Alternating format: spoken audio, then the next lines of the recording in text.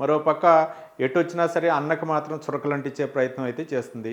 వైసీపీకి కూడా కొన్ని చురకలు అంటించింది. గత వైసీపీ పాలనలో దాదాపు 1600 కోట్ల రూపాయలు పెండింగ్ బిల్లులు ఉన్నాయి.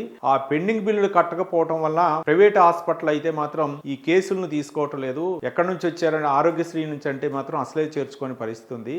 కాబట్టి గత వైసీపీ చేసినటువంటి తప్పిదాలు అవ్వచ్చు, గత వైసీపీ పాలనలో ఉన్నటువంటి వైసీపీ ప్రభుత్వ హయాంలో చేసినటువంటి తప్పిదాలు ఏదైతే ఉన్నాయో 1600 కోట్ల రూపాయలు పెండింగ్ బిల్లులు పెట్టడం వల్ల పేద ప్రజలు ఇబ్బంది పడుతున్నారని చెప్పేసి షర్మిలా చెప్పడం జరిగింది.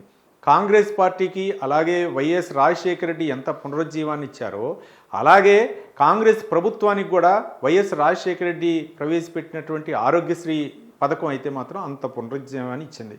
ఒక పక్క ఇప్పుడు తెలంగాణలో కూడా ఆరోగ్యశ్రీ అనే పథకం ఇప్పుడు ప్రతిష్టాత్మకంగా ఏ ప్రభుత్వం వచ్చినా సరే దానికి నిధులు కేటాయించి మహా అద్భుతమైనటువంటి పథకం అని చెప్పేసి ఇప్పటికీ కొనియాడుతున్నారు.